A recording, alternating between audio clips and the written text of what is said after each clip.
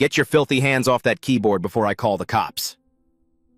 Richard Sterling stood in his $5,000 suit, pointing at the black woman crouched near the server room terminal. His voice echoed across the empty executive floor. Amara Collins pulled her hand back like she'd been burned. "I'm sorry, Mr. Sterling, I was just what? Stealing company data? Pretending you understand code?" He kicked her cleaning cart. Bottles and rags exploded across the marble floor. "Clean that up. That's what we pay you for." The security guard watched from his desk. He didn't move. Amara gathered supplies on her hands and knees, her worn uniform soaked with sweat. Under the scattered rags, a laptop screen glowed faint blue. Sterling walked away without looking back. Have you ever looked down on someone so completely that you missed the one person who could save you? Sterling Technologies occupied 12 floors in downtown San Francisco. Glass walls, exposed brick. Exposed. Motivational posters about innovation that nobody read. 800 employees. $3.2 billion valuation. 48 hours until the biggest product launch in company history. Richard Sterling built this empire from his Harvard dorm room 20 years ago. The tech press called him a visionary. Forbes put him on 3 covers. He had zero tolerance for incompetence and even less for people who didn't belong. Cloud Vault 2.0 was his masterpiece. A cloud infrastructure platform that would either take the company public or get them acquired for billions. The launch event was already booked. 300 venture capitalists, journalists, and corporate clients. Union Square. Open bar. Live demo. Everything rode on this. Sterling's executive team knew the stakes. Elena Rodriguez, the chief technology officer, had been running code reviews for 6 weeks straight. James Wilson, VP of engineering, sent emails at 2 in the morning with subject lines like, "Launch or die." 200 developers worked around the clock. Most of them were white or Asian men from Stanford, MIT, Carnegie Mellon. They wore startup hoodies and kept their diplomas on their desks like trophies. The office had an unwritten rule: credentials equal competence. No exceptions. If you didn't go to the right school, you didn't get through the door. If you somehow got in anyway, you stayed in your lane. Amara Collins worked the 11 to 7 janitorial shift. 3 years emptying trash cans and scrubbing toilets while developers complained about the mess they made on purpose. She was 34, high school dropout, raised a daughter alone after getting pregnant at 16, taught herself to code using YouTube tutorials and free online courses while her daughter slept. She carried a beat-up ThinkPad everywhere. 10 years old, duct tape holding the hinge together. She practiced coding during her breaks, sitting in supply closets with the door locked. Nobody knew. Nobody asked. The developers treated her like furniture. Daniel Hayes, the lead engineer, once made her clean up pizza boxes at 2 in the morning while he explained to his team why people like her would never understand algorithms. She smiled and nodded and took out the trash. Sterling had walked past her hundreds of times in 3 years. He never made eye contact. Not once. Tonight was different. Tonight, she'd seen something. The server room logs were still open on the main monitor when she came in to empty the trash. Error messages cascading down the screen like a waterfall. Authentication failures. Timeout exceptions. Token expiration warnings. She recognized the pattern immediately. 3 months ago, she'd finished a cybersecurity course on OAuth tokens. Not for credit. Not for a certificate. Just to learn. The instructor had shown this exact failure mode as an example of what not to do. Sterling's code had a critical vulnerability. Under heavy load, the authentication system would collapse. Tokens would expire faster than the system could refresh them. Users would get locked out. Worse, there'd be a tiny window where expired tokens could be reused. A replay attack waiting to happen. She'd photographed the error logs with her phone. Spent 20 minutes writing a fix on her laptop, hidden in the supply closet. She knew the rule. Janitors don't touch technical systems. Ever. But she also knew what would happen at the launch. 50,000 users hitting the system at once. Live demo in front of 300 people. Cameras recording. The authentication module would crash. Client data would be exposed. The company would be finished. She had to say something. That's when Sterling found her at the terminal. Ethernet cable plugged into her laptop. Code editor open on the screen. The security guard arrived 30 seconds later.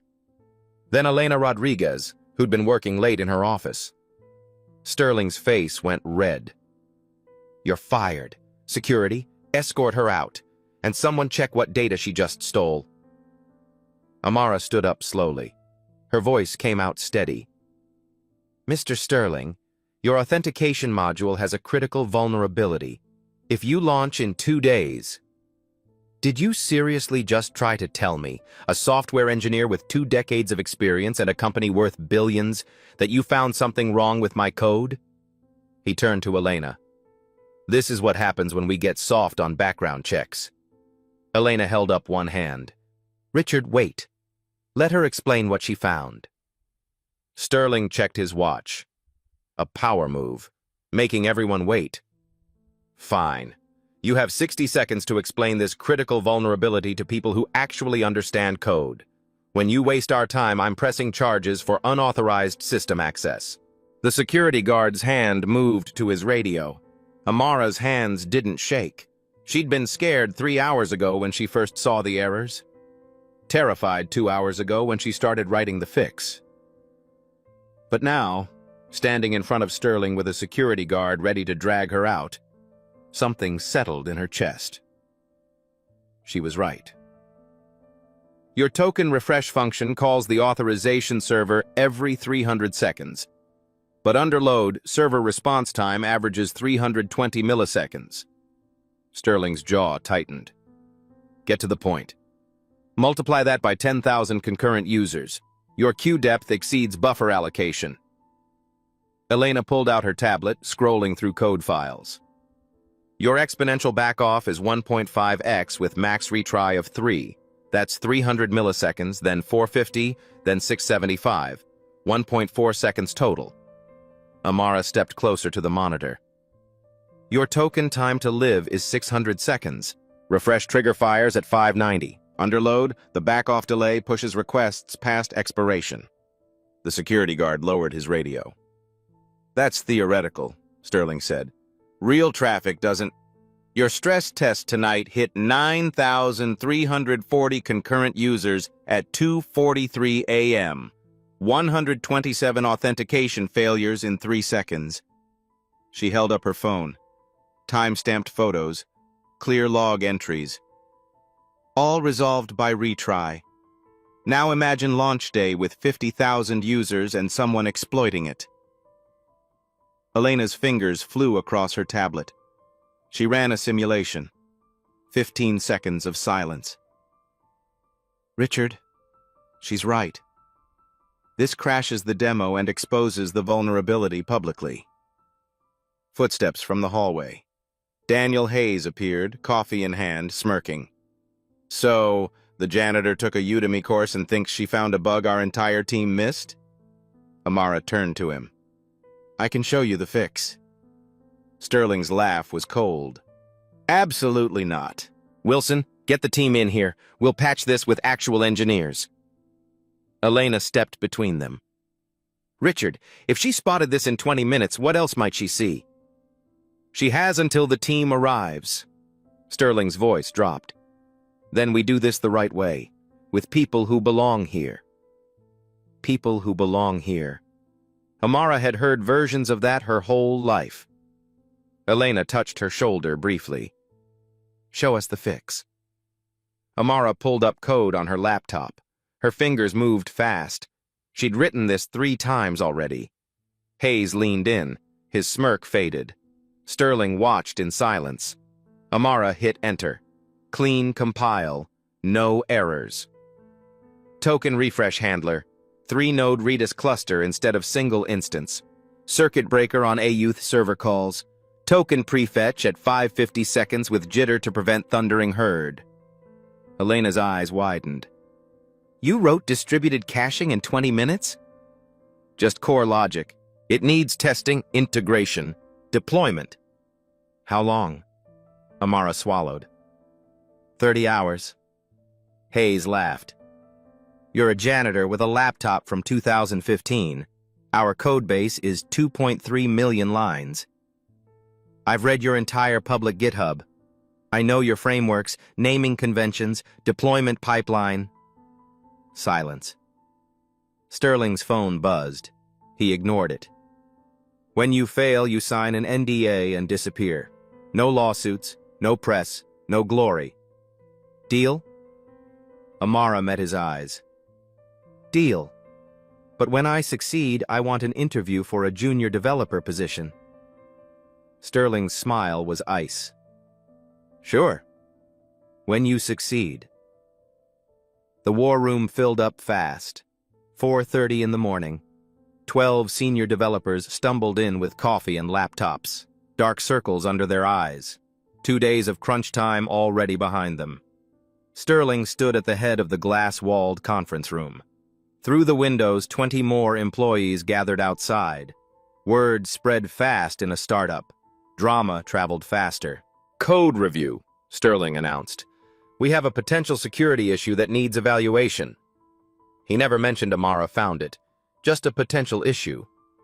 She sat in the corner, the only chair without wheels, the only person without a laptop open. James Wilson arrived last, tablet under his arm. We have 42 hours to launch, Wilson said. If we rewrite the auth module, we need 96 hours minimum for regression testing. Then we don't rewrite, Sterling said. We patch. Amara's voice cut through. A patch won't work. The issue is architectural. 12 heads turned. Your token storage uses a single Redis instance. You need distributed caching with... Hayes interrupted, louder. We're not taking system design advice from someone who doesn't even have a GitHub account. A few developers snickered. One typed something on Slack. Phones buzzed around the room. Elena stood up. Richard, let her propose the solution. Worst case, we dismiss it. Best case, we save the launch. Sterling checked his Rolex. Fine, 30 minutes. Architect a solution on the whiteboard. My team evaluates. If even one person says it's unworkable, you leave and never touch a computer in this building again. He pointed at the whiteboard like it was a trap. And it has to use existing infrastructure, no new services, maintain backward compatibility, complete in 36 hours. Sterling's smile was thin. And explain it so even a non-technical CEO can understand. The room laughed, small, cruel laughs. Outside the glass walls, the crowd grew. Grace Thompson from HR pushed through, arms crossed. She'd heard the commotion, stayed to watch. Security cameras blinked red in the corners. Amara stood, walked to the whiteboard, picked up a blue marker. Her hand was steady. She drew a simple box labeled Current Single Redis. Right now, all your tokens live here. One instance, one point of failure. Under load, it becomes a bottleneck. She drew 3 boxes in a triangle. Replace with Redis cluster, 3 nodes minimum. Distributed token storage. If one node fails, the others handle the load. Hayes leaned back in his chair. That's just standard cloud-native patterns. Nothing revolutionary. A junior developer whispered to the person next to him. Yeah, but we should have done this from day one. Amara kept drawing. Add a circuit breaker pattern on your auth server calls. Right now, when the server is slow, you retry in a loop. That makes it worse. Circuit breaker fails fast, cuts the request, prevents cascade failure. Elena's fingers moved across her tablet, checking something.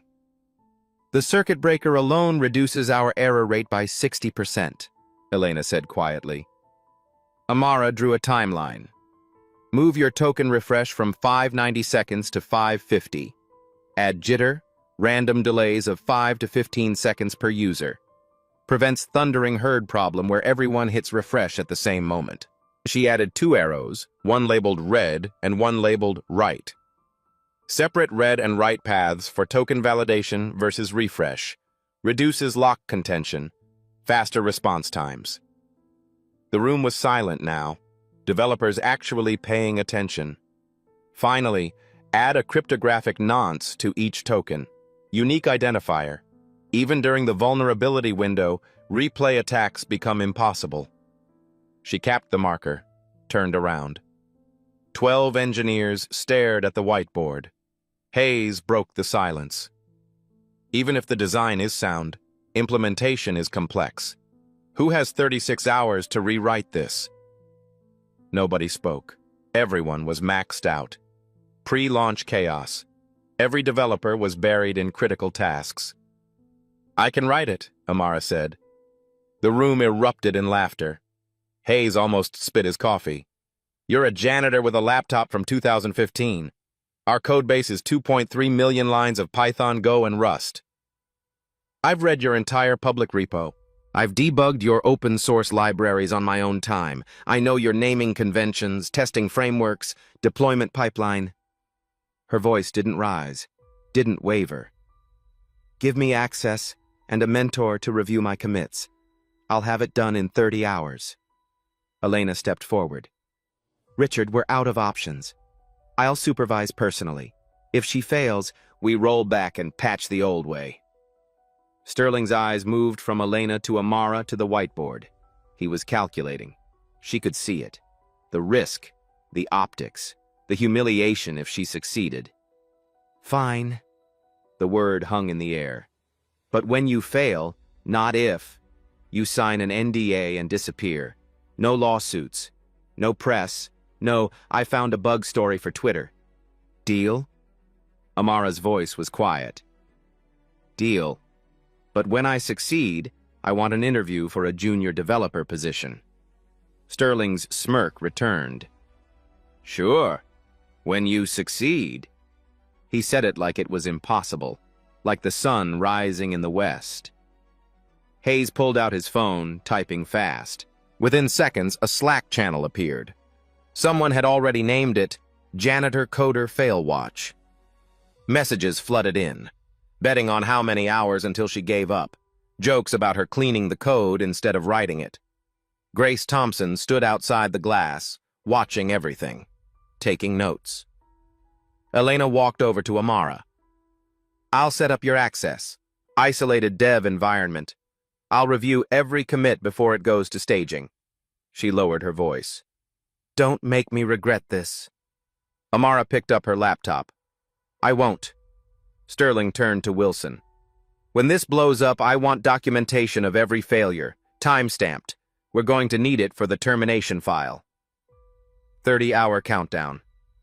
Amara sat at a desk in the corner of the engineering floor. Isolated. No windows. A single overhead light that flickered every few minutes. They gave her a laptop with restricted access. Guest network. Limited permissions. The kind of setup you'd give an intern you didn't trust. Hayes walked past her desk 3 times in the first hour. Each time he slowed down, looked at her screen, smirked. The 4th time he stopped. "Just so you know, if you break anything, you're personally liable. We'll sue you for damages." Amara didn't look up. "I won't break anything." "People like you always say that." He walked away before she could respond. The Slack channel exploded overnight. Janitor Coder Fail Watch had 200 members by dawn. Messages rolled in every few seconds. "Taking bets. She quits by hour 10. $20 says she can't even get the environment set up. This is what happens when you let diversity hires touch production code." Grace Thompson read every message, screenshotted them, filed them away. Hour 3. Amara's laptop froze. Kernel panic. Blue screen. She walked to the IT desk. The technician looked her up in the system. "You're not authorized for hardware replacement." "My laptop crashed. I need..." "Submit a ticket. 3 to 5 business days." Amara felt the clock ticking in her chest. "I'm on a deadline for Mr. Sterling." The technician shrugged. Everyone's on a deadline. Grace appeared from nowhere. Get her a new laptop. Now. Ma'am, the protocol. I don't care about protocol. She's working directly for the CEO. If you delay her, you delay the launch. Want to explain that to Sterling? 10 minutes later, Amara had a working laptop. Hour 6. First breakthrough. She refactored the token storage module, implemented the Redis cluster integration, 200 lines of clean Python. A junior developer named Sarah walked by, stopped, looked at the code on Amara's screen. Is that the auth module refactor? Yeah. Sarah leaned in closer. That's actually really clean. Did you write this? Amara nodded. Sarah pulled up a chair. Can you explain how the circuit breaker works? I've been trying to implement one for weeks. For 5 minutes, they talked like colleagues, like engineers, like people who belonged at the same table. Then Hayes's voice boomed across the floor. Sarah, stop wasting time. We have real work to do. Sarah stood up fast, mumbled an apology, walked away. Amara kept coding. Hour 9. The wall. Circuit breaker implementation hit a race condition she hadn't anticipated. 2 threads trying to update the same state. The system deadlocked. She stared at the error logs. Tried 3 different approaches. All failed. Her eyes burned. Her back ached. The flickered overhead light felt like a drill in her skull. She pulled up Stack Overflow. Searched for similar patterns. Found a post from Stripe's engineering blog. A solution for distributed state management. She adapted it. 400 new lines. Compiled. Ran tests. Green. All passing. Hour 12. Elena arrived for code review. She pulled up Amara's commits, scrolled through slowly. You have 3 logical errors in the token refresh handler. Amara's stomach dropped. Where? Elena pointed them out. Race conditions, edge cases, things that would only break under specific loads. Fix these before we go further. 40 minutes later, Amara pushed the corrections. Elena reviewed again. Good. Keep going. No praise, no encouragement, just acknowledgement. It was enough. Hour 15. Sterling checked in. He appeared at her desk without warning, stood over her shoulder. Progress report. Token refresh module complete, starting validation layer. He looked at her screen, at the lines of code, at the commit history. How many errors has Elena found? 3, all fixed.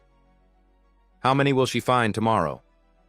Amara turned in her chair, met his eyes. None. Sterling's jaw tightened. We'll see. He walked away, stopped 10 feet later, turned back.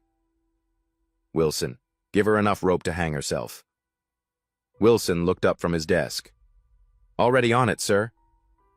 The Slack channel lit up again. She's still going. Actually kind of impressive. Don't get soft, she'll crash by morning. $50 says Sterling fires her before the 30 hours are up. Grace Thompson watched from her office.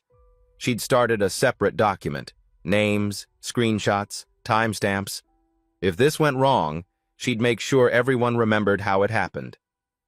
Hour 18. Amara implemented the cryptographic nonce generation. The hardest part. She'd never worked with Rust crypto before. Had to read documentation on the fly. Trial and error. Compile. Debug. Repeat. First attempt. Compilation errors. Second attempt. Runtime panic. Third attempt. It worked, but too slow. 200 milliseconds of latency per token. Fourth attempt. Optimized the algorithm. 12 milliseconds. Acceptable. Elena reviewed the code at midnight. She just taught herself Rust crypto in 6 hours. Elena said it to no one, just out loud, to the empty office. Outside, the city slept. Inside, Amara kept typing. The countdown continued. Hour 19. Hour. 3 cups of coffee sat empty on Amara's desk. Her eyes felt like sandpaper.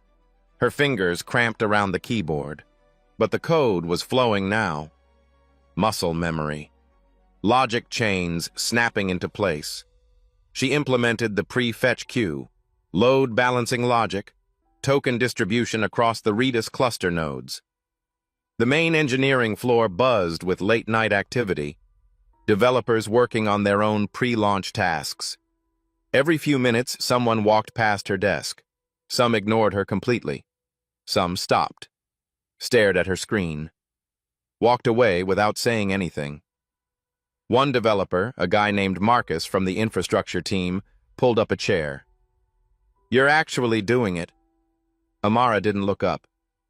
"Trying to." Hayes sent an email to Sterling an hour ago. Concern memo about risking the launch on an unproven amateur. Her fingers stopped typing. Did Sterling respond? Not yet. Marcus stood up. "For what it's worth, your code looks solid." He left before she could thank him.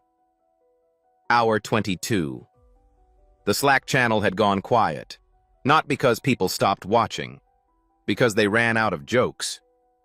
Someone posted a screenshot of her commit history. 47 commits in 22 hours. Each one with a clear, professional message. Fix race condition in token validator. Optimize nonce generation algorithm. Add integration tests for circuit breaker. Another message appeared. Okay, I'll admit it. This doesn't look like amateur work. 30 seconds later, that message was deleted. Hour 24. Amara's phone buzzed. A text from her daughter. "Mom, you missed breakfast. Are you okay?" She'd forgotten. Completely forgotten she was supposed to video call this morning. She typed back with shaking hands. "I'm okay, baby.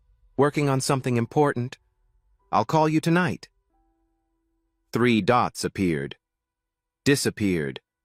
Appeared again. Is it worth it? Amara stared at the question. Worth missing time with her daughter? Worth the humiliation?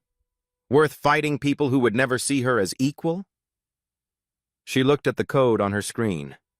2,000 lines. All hers. All working. Yes, I think it is. She put the phone away. Hour 26. Hayes appeared at her desk with Wilson. "We need the server room for staging deployment. You'll have to move. I'm in the middle of company policy. Active deployments take priority." They stood there, waiting. Amara saved her work, closed her laptop, gathered her things. They moved her to a supply closet. No desk. A folding chair. 1 power outlet. The light didn't work. She coded by laptop screen glow. Grace Thompson found her 15 minutes later. "This is retaliation. I'm documenting this." "It's fine," Amara said. "I just need to finish." "It's not fine. None of this is fine." But Grace couldn't override Wilson, not without escalating to Sterling. And Sterling had made his position clear. So Amara stayed in this closet and kept coding. Hour 28. Elena ran preliminary integration tests on Amara's code. The modules loaded into the staging environment. First test, token generation. Pass. Second test, distributed storage. Pass. Third test, circuit breaker under simulated load. Pass. Fourth test, full authentication flow with 10,000 concurrent users. The progress bar crawled across Elena's screen. Hayes stood behind her. "When this fails, I want it on record that I opposed this from the start." Elena didn't respond. The test completed. Pass. Hayes leaned closer. "Run it again. There's no way." "I already ran it 3 times, James. Same result." Her voice was ice. "The code works." Hour 29. Amara pushed her final commits. 3,847 lines of new code. 1,200 lines refactored. Her hands were shaking now, not from fear, from exhaustion. She stood up from the folding chair. Her back screamed. Her neck was stiff. She'd been hunched over a laptop for almost 30 hours straight. She walked to the bathroom, splashed cold water on her face. In the mirror, she looked like a ghost. Dark circles, bloodshot eyes. Her cleaning uniform was wrinkled and stained with coffee, but her reflection smiled back. She'd done it. Hour 30. The war room filled again. Sterling, Wilson, Hayes, Elena, 12 developers, Grace Thompson standing in the back. Outside the glass walls, 40 employees gathered, phones out. Recording. Elena connected her laptop to the main display. Full regression test suite, 2,847 tests. She hit enter. The room went silent. On screen, a progress bar appeared. Test after test, green check marks rolling down like a waterfall. Authentication module, pass. Token generation, pass. Circuit breaker, pass. Distributed caching, pass. Load simulation, 10,000 users, pass. Load simulation, 25,000 users, pass. Load simulation, 50,000 users, pass. Security scan, 0 vulnerabilities detected. Performance analysis, 34% faster response time under load compared to the old system. The progress bar reached 100%. 2,847 tests passed. 0 failures. Nobody spoke. Hayes stared at the screen like it had personally betrayed him. Run it again. Elena's voice was flat. I already ran it 3 times before this meeting, James. There has to be an error somewhere. She's not what? Elena turned to face him. Not qualified? Not educated? Not white enough? The room went ice cold. Hayes's face turned red. That's not what I... Then what did you mean? Silence. Sterling cleared his throat. The tests pass. That doesn't mean it works in the real world. He turned to Elena. Deploy to staging. If it survives 12 hours without crashing, we'll consider it for launch. No congratulations. No acknowledgement. No thank you. Just, we'll consider it. Amara stood in the corner of the room, still in her cleaning uniform, still invisible. Sarah, the junior developer, started clapping, slow at first, then faster. One by one, other developers joined. Not all of them, maybe half, but it was something. Hayes stormed out of the room. Sterling followed without looking back. Wilson hesitated, looked at Amara, looked at the screen, walked out. Elena shut down her laptop. Go home.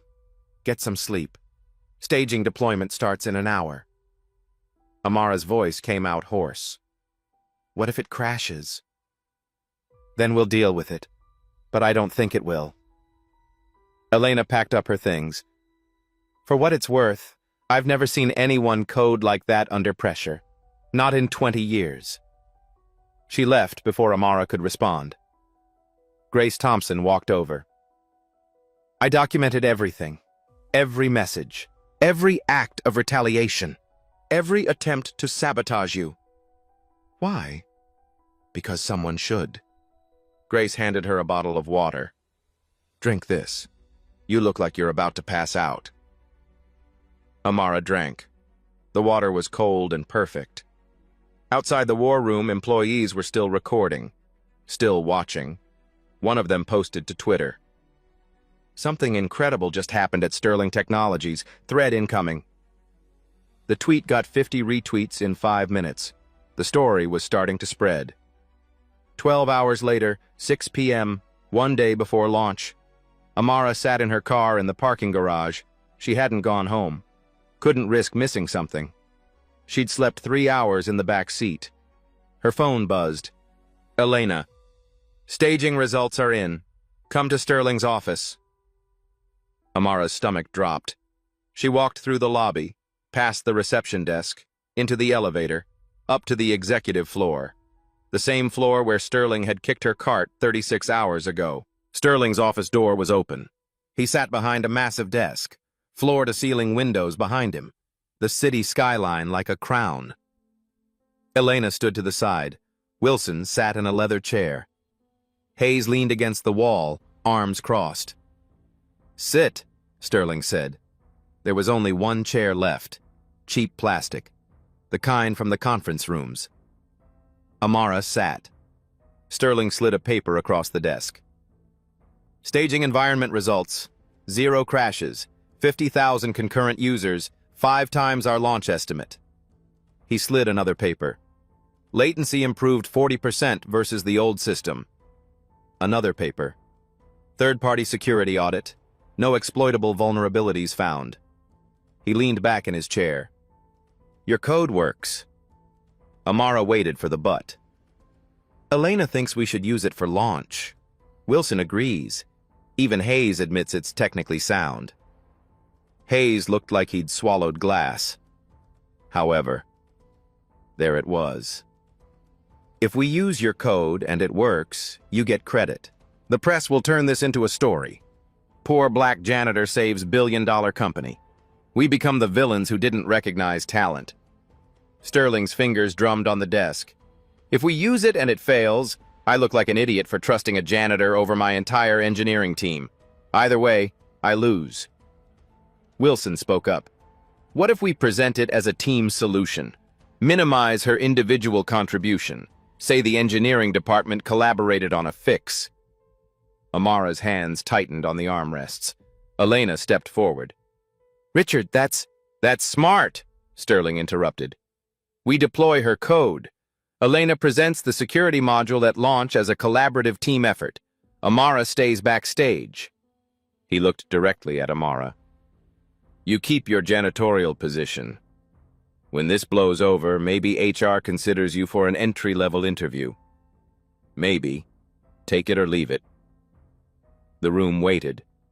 Amara thought about her daughter, about 3 years of being invisible, about the Slack channels and the jokes and the kicked cart, about the code that worked. "I'll take it." Elena's face fell. "Amara, you don't have to.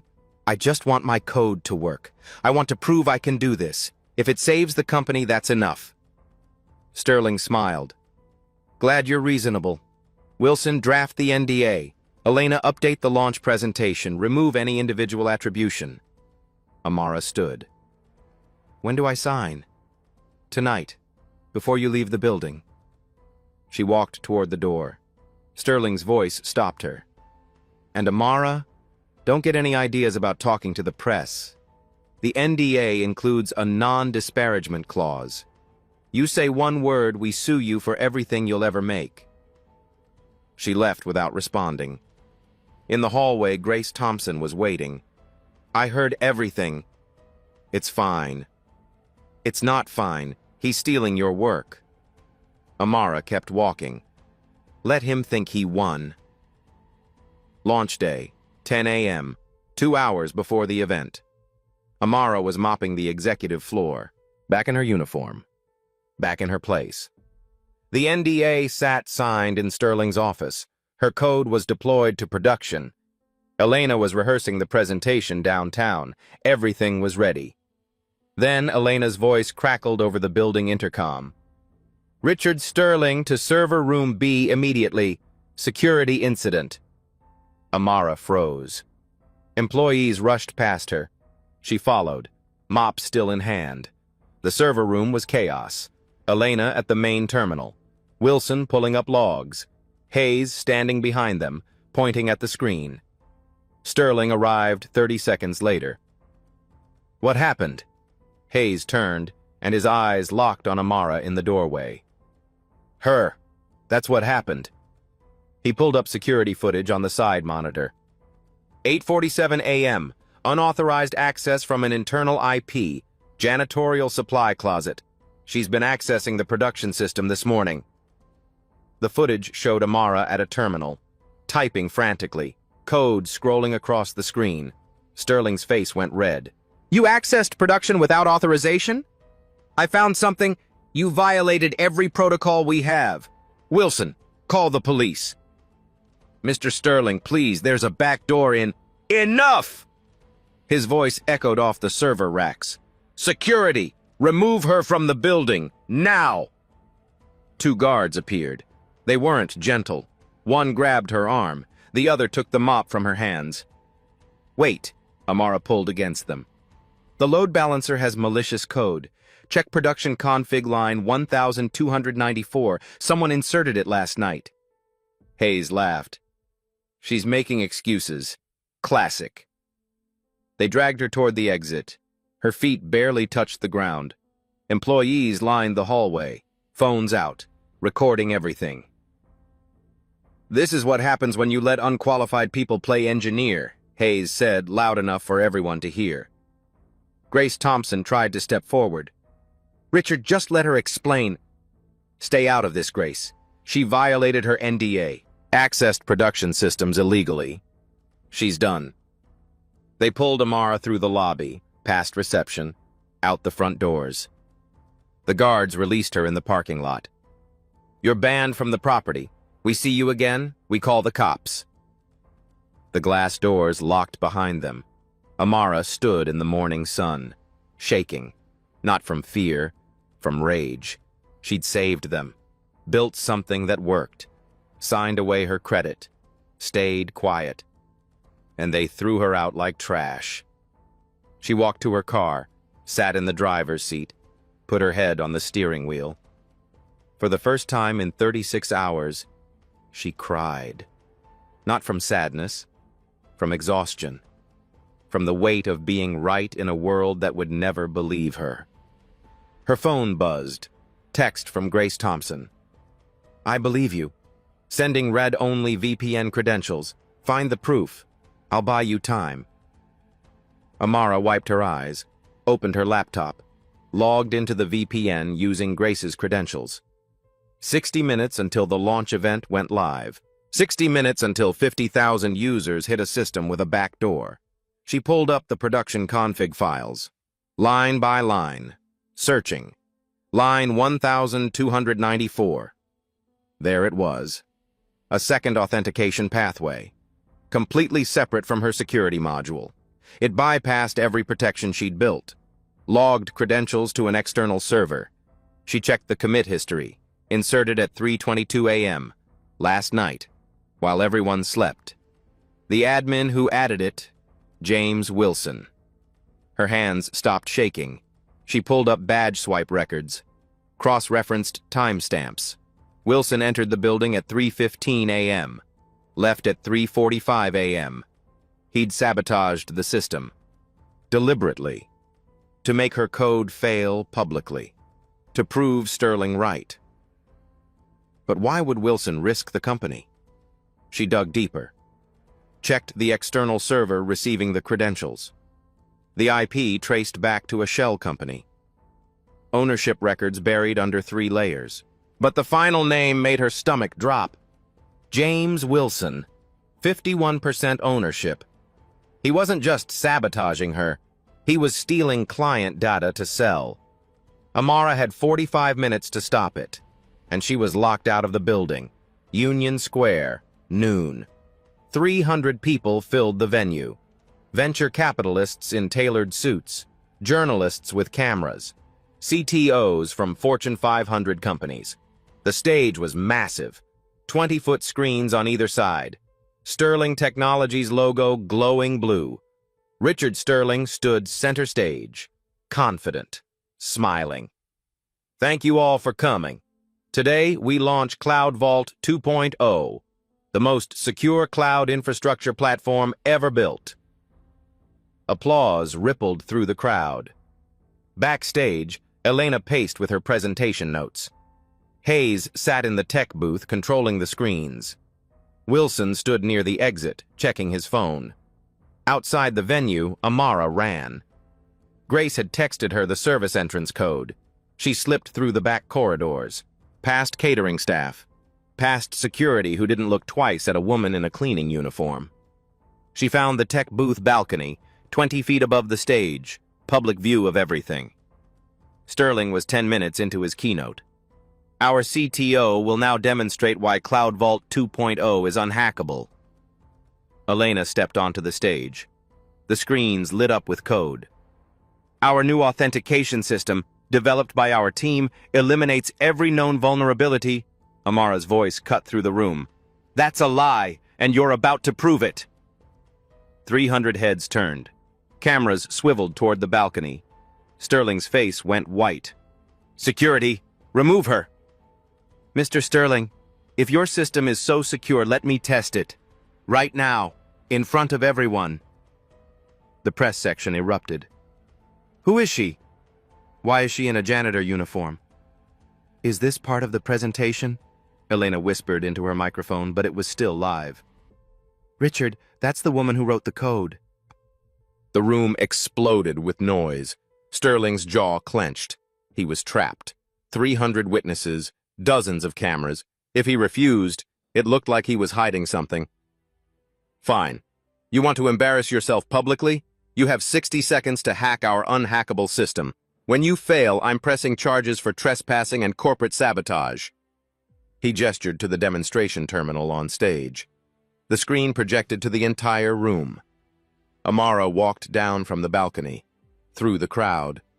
People moved aside like she was radioactive. She stood at the terminal. Her fingers hovered over the keyboard. Mr. Sterling's system has a back door. Someone with admin access inserted code last night that logs user credentials to an external server. I'm going to prove it right now. Hayes stood up in the tech booth. That's slander. She's lying.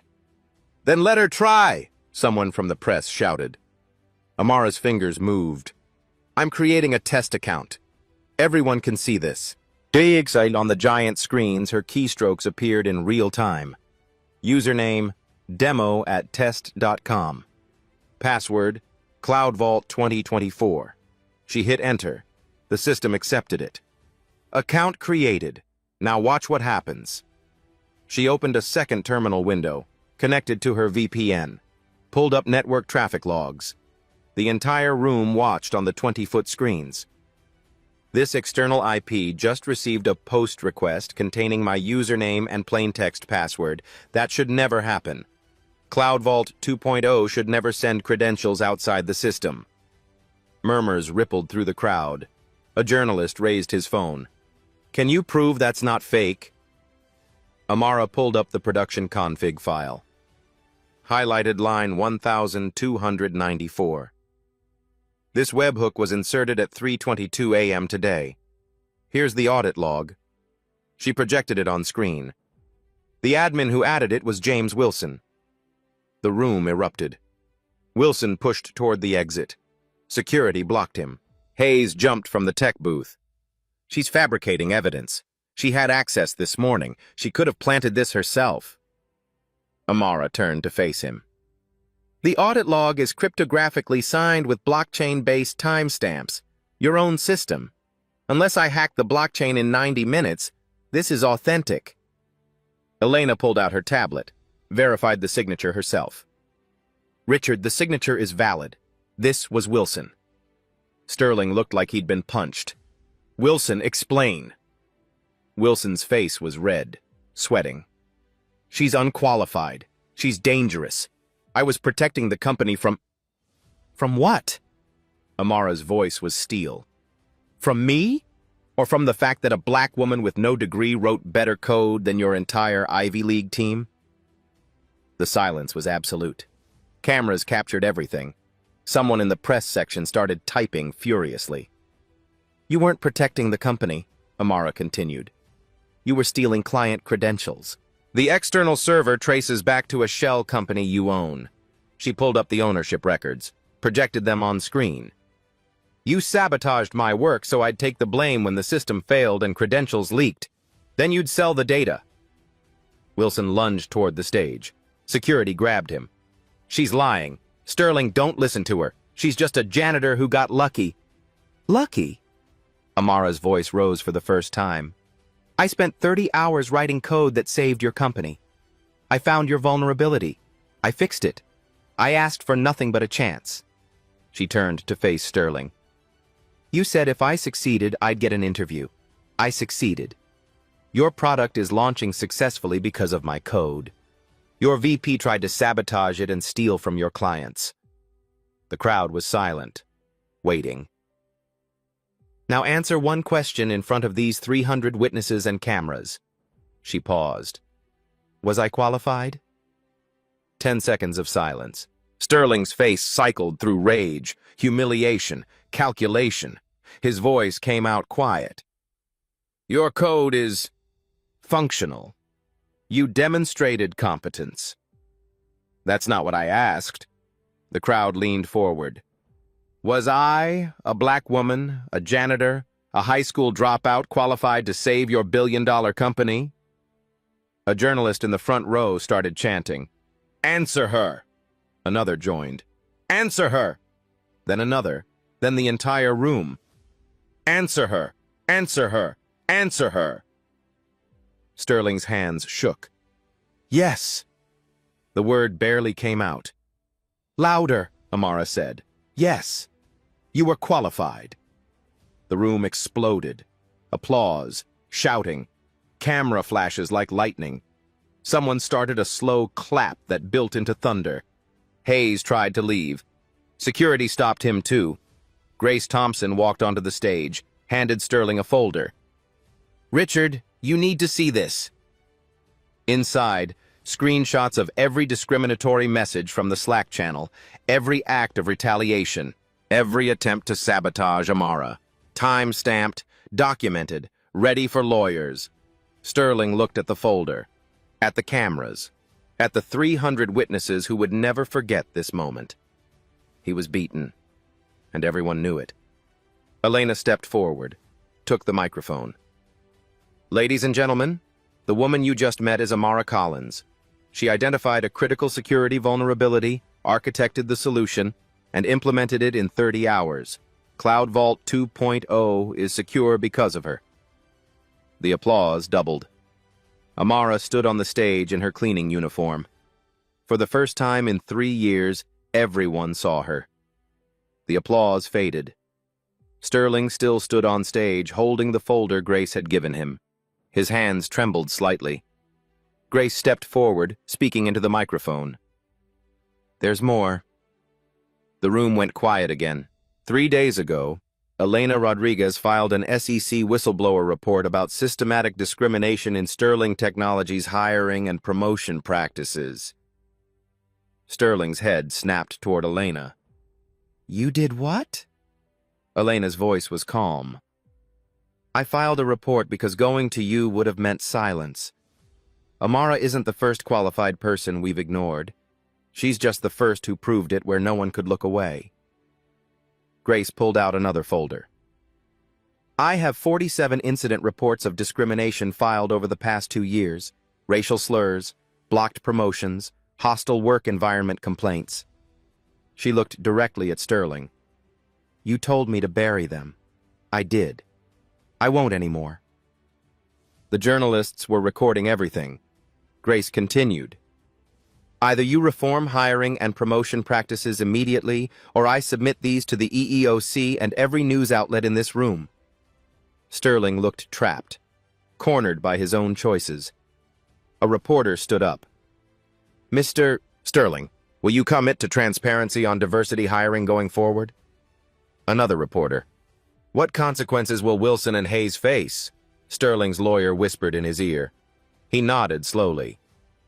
Wilson and Hayes are terminated immediately. We'll cooperate fully with any investigation into their actions. He looked at Amara. What do you want? Amara's voice was steady. A developer position. Senior level. Market rate salary. Equity. She paused. And I want you to fund a training program for non-traditional candidates. People who taught themselves but can't break through the credential barrier. People like me. Sterling looked at his lawyer again. The lawyer nodded. They had no choice. Not with cameras rolling. Grace produced a contract from her folder. Pre-written, ready. Sign it, now, on stage. Sterling took the pen. His signature looked shaky on the giant screens. The crowd applauded again. A reporter shouted, "Mr. Sterling, will you publish quarterly diversity reports?" He forced a smile. "Yes, starting immediately. Sterling Technologies will be transparent about our progress." Wilson and Hayes were escorted out by security. The cameras followed them all the way to the doors. Amara stood center stage, no longer invisible, no longer silent. The woman who saved a billion-dollar company while everyone tried to stop her. 1 week later, TechCrunch headline, "From janitor to senior developer, how Amara Collins saved a billion-dollar launch." Wired ran a feature, "The Code That Changed Everything." Forbes called her for an interview. Amara's LinkedIn updated, "Senior Software Engineer, Sterling Technologies." Her profile photo showed her at a desk with windows, dual monitors, a team of engineers in the background. Wilson was banned from the tech industry. SEC investigation ongoing for data theft and fraud. Hayes was fired. No severance. His LinkedIn still said seeking opportunities. Bye. Elena Rodriguez was promoted to co-CEO. Sterling was forced to share power. The board demanded it. The Collins Fellowship launched with 50 scholarships annually for non-traditional tech candidates. Amara led the selection committee. Applications poured in from across the country. Single mothers, high school dropouts, people who taught themselves in libraries and community centers, people who'd been told they didn't belong. The first cohort started 3 months later. Amara stood in front of 12 students in a Sterling Technologies classroom. A young man in a janitorial uniform sat in the front row, laptop open, learning Python during his break. She saw herself in every face. "They didn't see me because they didn't want to," she said quietly. "I was invisible not because of my skills, but because of their assumptions." She walked between the desks. The code didn't care that I was black, or a woman, or a dropout. The code just cared if I was right. She stopped at the whiteboard. And I was right. The students watched her, listening, believing. Sterling never apologized. He didn't have to. The system changed because people like Elena and Grace refused to stay silent, because I refused to stay invisible. She picked up a marker. If you've ever been underestimated, dismissed, or told you don't belong, remember this: competence doesn't ask permission. She wrote on the board, "It just proves itself." "What will you prove?" The camera pulled back. 12 students, 1 teacher, a classroom that didn't exist a month ago. Outside the window, San Francisco stretched toward the horizon. Somewhere in that city, another person was teaching themselves to code, waiting for their chance. If this story moved you, share it with someone who needs to hear it. Comment with your own story of being underestimated. Subscribe, because competence deserves an audience. And remember, the world only changes when we refuse to stay invisible.